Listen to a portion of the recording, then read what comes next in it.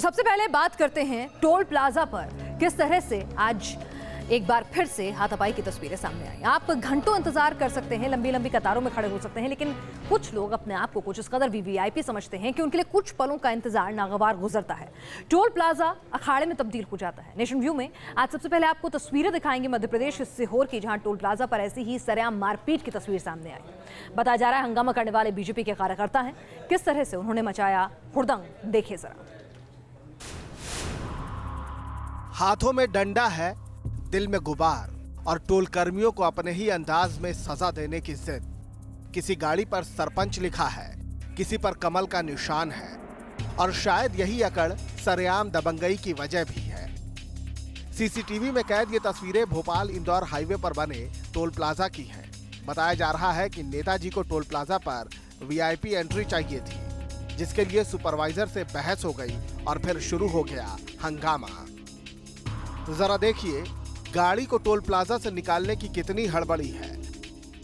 करीब 1 दर्जन लोग सरेआम दबंगई दिखा रहे हैं। कोई कुछ बोले ना, इसलिए ये नीली जैकेट पहने शख्स तो हाथों में डंडा लेकर टोल कर्मियों की ओर बढ़ने लगे। ये उसी गाड़ी से उतरे जिस पर बीजेपी का बोर्ड भी लगा है। धक्का मुक्की हो रही है और कुर्सियां फेंकी जा रही हैं। बताया जा रहा है कि काफी देर तक ये लोग टोल प्लाजा पर इसी तरह हंगामा करते रहे, जिसके बाद उनकी गाड़ियों को जाने दिया गया और ये लोग बेरोक टोक अपनी दबंगई की अकड़ में वहां से चलते बने और पीछे छोड़ गए सवाल कि क्या सारे कानून आम आदमी के लिए हैं। Team news nation.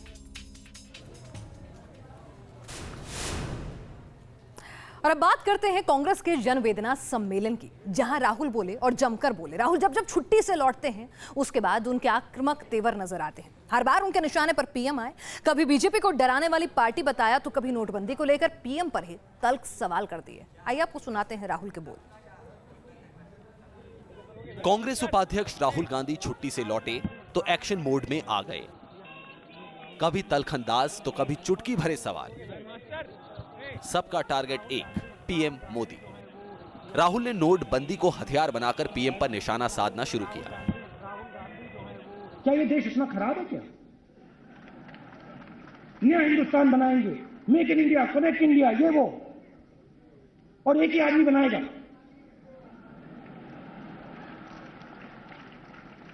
मतलब और किसी में हैसियत नहीं है। हम सब बेवकूफ हैं, पूरा हिंदुस्तान बेवकूफ है। एक व्यक्ति बनाएगा। हमें कुछ नहीं मालूम, किसी को कुछ नहीं मालूम, सिर्फ नरेंद्र मोदी जी को मालूम है और सिर्फ नरेंद्र मोदी जी हिंदुस्तान के भविष्य को सुनहरा बना सकता है। दिल्ली के तालकटोरा स्टेडियम में कांग्रेस के जनवेदना सम्मेलन में राहुल ने जुबानी हमले का रैपिड फायर राउंड जारी रखा। हर सवाल के जरिए बीजेपी और मोदी को कटघरे में खड़ा करने की कोशिश की। राहुल गांधी ने बीजेपी की फिलॉसफी को डराने वाली बता डाली। एक फिलॉसफी, कांग्रेस पार्टी की फिलॉसफी कहती है डरो मत, और दूसरी फिलॉसफी कहती है डरो और डराओ। भ्रष्टाचार और काले धन के मुद्दों के साथ ही राहुल ने सर्जिकल स्ट्राइक की बात को लेकर भी पीएम को घेरने की कोशिश की। काले धन के रीढ़ पर हमारी सरकार हमला कर रही है और वो राहुल गांधी काले धन वालों के प्रवक्ता बन गए हैं, उनकी वकालत कर रहे हैं। देश काला धन वालों को कभी बर्दाश्त नहीं करेगा। नोटबंदी से लेकर फिल्मी डायलॉग सुनाकर राहुल ने पीएम मोदी पर चुटकी ली। आपको तो लगता है बस ये सपना, राम राम जपना, गरीब का माल अपना। इससे पहले राहुल गांधी ने पीएम मोदी के योग पर भी सवाल उठाया। कांग्रेस नोटबंदी को राष्ट्रीय मुद्दा बनाने पर तुली हुई है। आने वाले 5 राज्यों के विधानसभा चुनाव में कांग्रेस इस मुद्दे को लेकर जाएगी और अपनी सियासी जमीन को मजबूत करेगी। आने वाले दिनों में कांग्रेस इस मुद्दे को लेकर पूरे देश भर में प्रदर्शन करेगी और पंचायत भी बिठाएगी। वीडियो जर्नलिस्ट राकेश कुमार के साथ मोहित राज दुबे, न्यूज़ नेशन, दिल्ली। और अब हम आपको एक ऐसी वायरल तस्वीर दिखाने जा रहे हैं जिसे देखकर आप समझ सकते हैं कि शराब के नशे में आखिर हो क्या सकता है। एक शख्स एस्केलेटर से उतरने की कोशिश कर रहा है, लेकिन एस्केलेटर ऊपर जा रहा है। शख्स को इतना भी अंदाजा नहीं होता कि जितनी तेजी से एस्केलेटर ऊपर जा रहा है उतनी तेजी से भाई नीचे नहीं उतर रहा है। एक तो ऐसा करना बिल्कुल खतरनाक है। आप देख सकते हैं कि किस तरह से ये स्टंट था, शराब का नशा था, जो भी था जानलेवा हो सकता है। आप ऐसा कतई मत कीजिएगा। ये जनाब तो भाग्यशाली रहे कि हल्की फुल्की चोट में बच गए।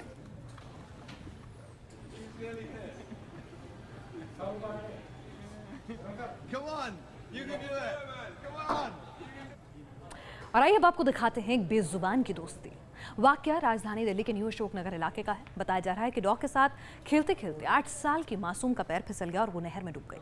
लड़की की मौत के बाद परिवार वाले गम में डूबे हैं, तो ये डॉग भी मानो उस गम को भुला नहीं पा रहा है। देखिए वफादारी की ये मिसाल। एक अजीब सा सन्नाटा है, एक अजीब सी बेचैनी है। जाने ये बेजुबान क्या ढूंढ रहा है। इंसानों की भीड़ के बीच भी ये अकेला है। कुछ पल के लिए आंखें खुलती हैं और फिर छा जाती है मायूसी, जैसे आंखों को किसी की तलाश हो। पूर्वी दिल्ली के न्यू अशोक नगर इलाके में ये बेजुबान घंटों से यूं ही बेहाल है। किसी ने कुछ दे दिया तो खा लिया और फिर इसी जगह गुमसुम सा पड़ गया। ये वही जगह है जहां चंद घंटे पहले इसकी दोस्त रूबी बेजान पड़ी थी। बताया जा रहा है कि 8 साल की रूबी अक्सर इस डॉगी के साथ खेला करती थी। मंगलवार की शाम खेलते खेलते वो नहर के करीब तक जा पहुंची और फिर गुम हो गई। घंटों की खोजबीन के बाद नहर से रूबी की डेड बॉडी मिली। आज ये हम लोग पूरा ढूंढ रहे थे, तो ये बार बार वहीं जाके ढूंढती थी। अच्छा। तो उसका बाल ऊपर नजर आया, तो ये मेरे को बुला के ले गई। फिर मैं डंडा से देखा तो लाश नजर आया। फिर मैंने और आदमी को बुला के निकलवाया, तो मेरा ही लड़की। किसी ने कुछ देखा नहीं, कोई कुछ जानता नहीं। सब कयास लगा रहे हैं कि शायद खेलते खेलते रूबी का पैर फिसल गया होगा, लेकिन ये बेजुबान मानो अपनी आंखों में उस हादसे को बसाए बैठा है। बताया जा रहा है कि रूबी के गुम होने के बाद ये बार बार नहर के पास जाकर भौंकने लगता, जिसके बाद लोगों ने नहर के पास जाकर छानबीन की तो रूबी की डेड बॉडी मिली। लोगों ने रूबी को निकाल कर यहीं रखा और ये बेजुबान तब से यहीं निढाल पड़ा है। डूबा तो हमने तो देखा नहीं। हाँ। जैसे हम लोग पूरा फेंकने आए थे, तो तब ये कुत्ता वहाँ बैठ के चिल्ला रहा था। सर ये कुत्ते के साथ खेलती रहती थी। हाँ। जब से वो बच्ची की लाश मिला, जब से कुत्ता भी उठ नहीं रहा, ऐसे ही पढ़ाई है। क्या बताओ, लड़की बड़ी है, उसी का अफसोस हो गया उसको, इसीलिए वो कुत्ता भी नहीं मिल रहा है। घर वालों का कहना है कि रूबी की मानसिक हालत ठीक नहीं थी। फिलहाल पुलिस ने उसकी डेड बॉडी को पोस्टमार्टम के लिए भेजा है। घर वाले गमगीन हैं और ये बेजुबान भी सदमे में है, मानो इसका अपना इसे छोड़कर चला गया। दिल्ली से मथुरेश कुमार के साथ टीम न्यूज़ नेशन। उधर दिल्ली के नागलोई इलाके में आज एक बड़ा हादसा टल गया। अचानक छात्राओं से भरी बस में आग लग गई। छत्रसाल स्टेडियम में 26 जनवरी की तैयारी के लिए नागलोई में एक कन्या विद्यालय की छात्राओं को लेकर बस छत्रसाल स्टेडियम गई थी। वापस लौटते समय अचानक बस के अगले हिस्से में आग लग गई। ड्राइवर ने सूझबूझ दिखाते हुए तुरंत बस को रोका और जितनी भी छात्राएं, स्कूली बच्चे थे, उन्हें एक एक कर बाहर निकाला गया। गनीमत रही कि एक बड़ा हादसा टल गया।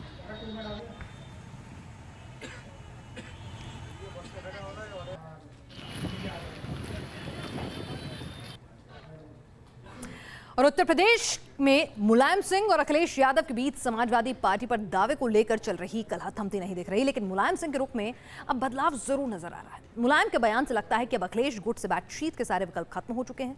आखिर में मुलायम सिंह ने अपना पक्ष रख दिया है कि वो पार्टी तो नहीं तोड़ेंगे। मुलायम सिंह ने लखनऊ में आज क्या कुछ कहा है, आइए आपको सुनवाते हैं। मुलायम सिंह यादव और अखिलेश के बीच समाजवादी पार्टी पर दावे के निर्णायक फैसले में 2 दिन बचे हैं। 13 जनवरी को चुनाव आयोग साइकिल छाप के दावेदार का फैसला कर देगा।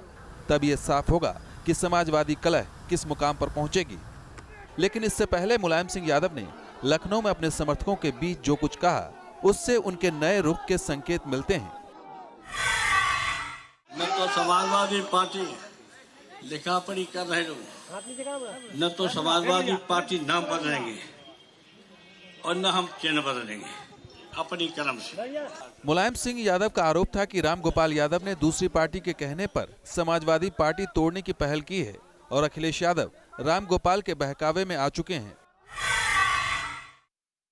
3 बार आपने देख लिया होगा मिले, दूसरी पार्टी के अध्यक्ष मिले, चौथी बार का मुझे पता है और 3 बार का पूरा देश को पता है हमें मिले दूसरी पार्टी। तो हमने कहा हमसे कहते बोला हमें छुड़ाएंगे, आपकी बहू का लड़का जो भी फंसे हैं हम छुड़ाएंगे, और मैं गारंटी करता था हम छुड़ा देंगे। अब आप पब्लिक कह रहे इस पर दिक्कत होते हैं, हम मदद करेंगे। आप ऐसे लोग के पास क्यों जा रहे हैं जिन्हें फंसाया, अब उन्हीं के पास जाना, उनकी राय मानना, उन्होंने कह दिया पार्टी को। मुलायम सिंह ने लोगों से बात करते हुए कई बार समर्थकों से साथ निभाने का वादा मांगा, लेकिन कहीं भी ये नहीं कहा कि वो पार्टी के राष्ट्रीय अध्यक्ष पद की कुर्सी छोड़ेंगे या नहीं। हम पूरी तरह से आपको वादा करके जा रहे हैं, हम लिखा पढ़ी का कागज भी दे देंगे आपको। हम पार्टी को बचाना चाहते हैं, हमारी समाजवादी पार्टी और हमारी साइकिल बची रहे, यही हम करना चाहते हैं। मुलायम सिंह ने अपने बयान में फिर वो बात दोहराई कि यूपी के सीएम पद का चेहरा अखिलेश ही होंगे, लेकिन कलह की दूसरी वजहों को लेकर मुलायम सिंह ने कोई बयान नहीं दिया। निखिल शर्मा के साथ विनोद मिश्रा, न्यूज़ नेशन, लखनऊ। तो मुलायम के तेवर कुछ मुलायम पड़े हैं और इस बीच यूपी के सत्ता के सिंहासन का फाइनल काउंटडाउन अपने चरम पर है। समाजवादी पार्टी में जारी उठापटक के बीच सियासी जोड़तोड़ की नई तस्वीर भी सियासी कैनवास पर बन रही है। यूपी चुनाव में कांग्रेस और समाजवादी पार्टी के बीच गठबंधन को लेकर संकेत साफ नजर आ रहे हैं। सूत्रों के मुताबिक कांग्रेस और समाजवादी पार्टी संयुक्त चुनाव प्रचार शुरू जल्द कर सकती हैं, जिसमें अखिलेश यादव और डिंपल यादव के साथ राहुल गांधी और प्रियंका गांधी भी शामिल होंगे। बताया जा रहा है कि दोनों पार्टियों के बीच गठबंधन का ऐलान प्रियंका गांधी की मौजूदगी में होगा। डिंपल और प्रियंका गांधी एक साथ प्रचार कर सकते हैं। दोनों पार्टियों के बीच गठजोड़ का ऐलान जल्द मुमकिन है। इससे पहले अखिलेश राहुल की तारीफ भी कर चुके हैं। खबरें तो बीच में ये भी आई थी कि डिंपल की मुलाकात हुई प्रियंका से, हालांकि प्रियंका के ऑफिस ने उसको नकार दिया था, लेकिन जिस तरह के संकेत मिल रहे हैं उससे साफ है कि ये गठबंधन जल्द ही औपचारिक शक्ल लेगा। आगे आपको दिखाते हैं आतंक की वो तस्वीर जिसने सबको सचेत कर दिया है। किस तरह बर्फबारी की आड़ में जम्मू कश्मीर में रची जा रही है आतंक की एक और खौफनाक साजिश। जम्मू कश्मीर से आतंकियों के 2 एक्सक्लूसिव वीडियो न्यूज़ नेशन के सामने आए हैं। पहले वीडियो में आतंकी बर्फबारी के बीच नजर आ रहे हैं, घुसपैठ की कोशिश कर रहे हैं, तो दूसरा वीडियो आतंकियों की मीटिंग का बताया जा रहा है और 26 जनवरी से पहले घुसपैठ की कोशिश किसी बड़ी साजिश की ओर आगाह कर रही है। हाथों में AK-47 और बर्फीली वादी में कदमताल करते आतंकी, क्या ये घुसपैठ की नई कोशिश है? क्या खौफनाक इरादों के साथ दहशतगर्द हिंदुस्तान की सीमा में दाखिल हो चुके हैं? 7 जनवरी के इस वीडियो ने एक बार फिर बर्फीली सर्दी में घाटी की फिजा गरमा दी है। आतंक के इन खौफनाक मोहरों को आप गौर से देख लीजिए। चारों ओर बर्फ ही बर्फ है, पहाड़ बर्फ से ढके हुए हैं और हाथों में हथियार लिए ये आतंकी धीरे धीरे आगे बढ़ रहे हैं।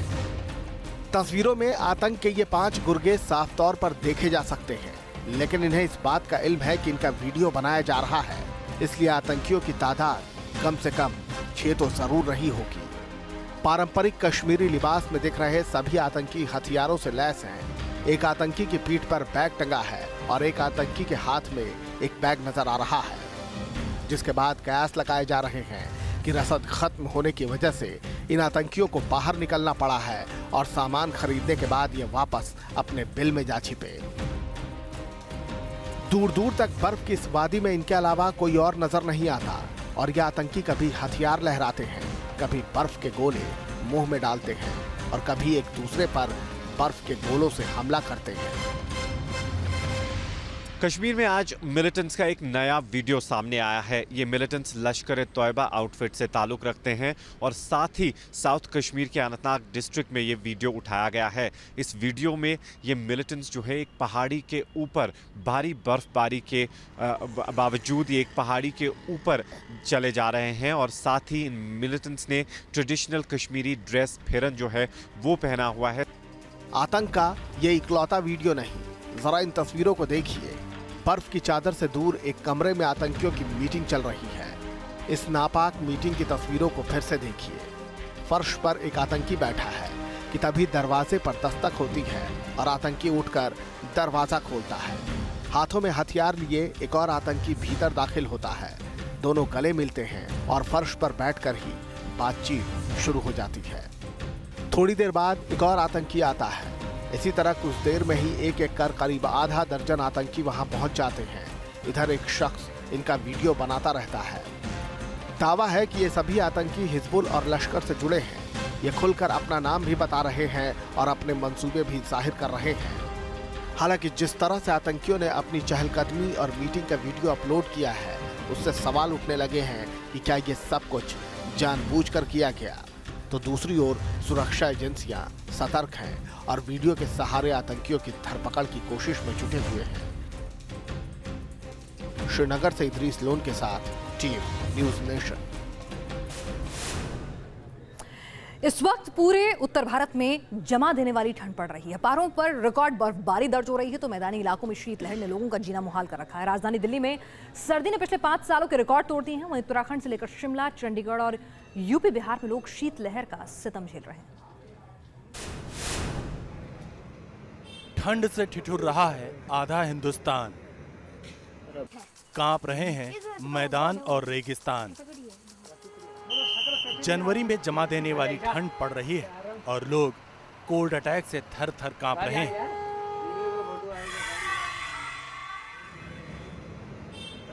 बर्फीली हवाओं ने दिल्ली सहित पूरे उत्तर भारत में टेम्परेचर को झुकने पर मजबूर कर दिया है। दिल्ली में शीतलहर ने 5 साल का रिकॉर्ड तोड़ दिया है। राजधानी में आज सुबह न्यूनतम तापमान 4 डिग्री तक पहुंच गया। अभी 2 दिन में भी इवन 1 to 2 डिग्रीज फर्दर वो उतना ही फॉल होने का है। तो आज है करके अभी नहीं है। हम लोग और 1 दिन के लिए और 2 दिन के लिए 1 से 2 डिग्री का फॉल बोला है। पहाड़ों पर हो रही बर्फबारी ने मौसम के मिजाज को बिगाड़ना शुरू कर दिया है। आसमान से गिर रही बर्फ से सड़कों पर कई फुट तक बर्फ जमा हो गई। नदियां और झील भी कोल्ड अटैक से जमने लगे।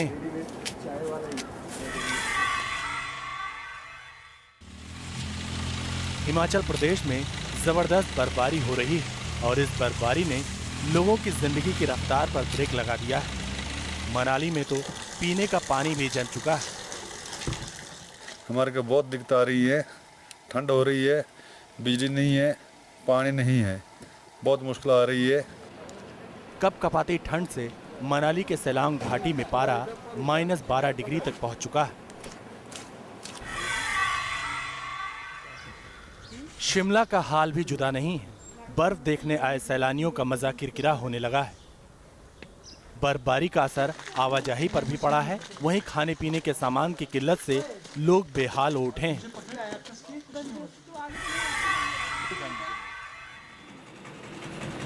राजस्थान के चुरू में कड़ाके की सर्दी और शीतलहर ने जनजीवन को बुरी तरह प्रभावित किया है। पारा 0 डिग्री से नीचे पहुंच चुका है।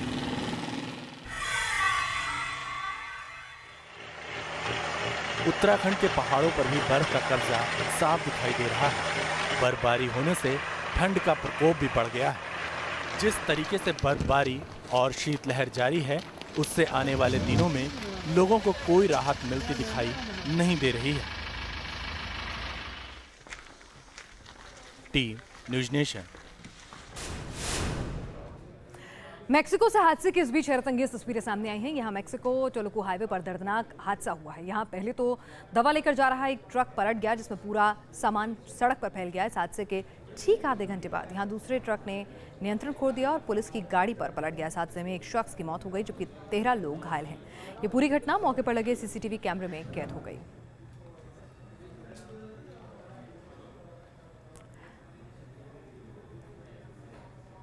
तो ये थी देश और दुनिया की हर बड़ी खबर हर पहलू के साथ।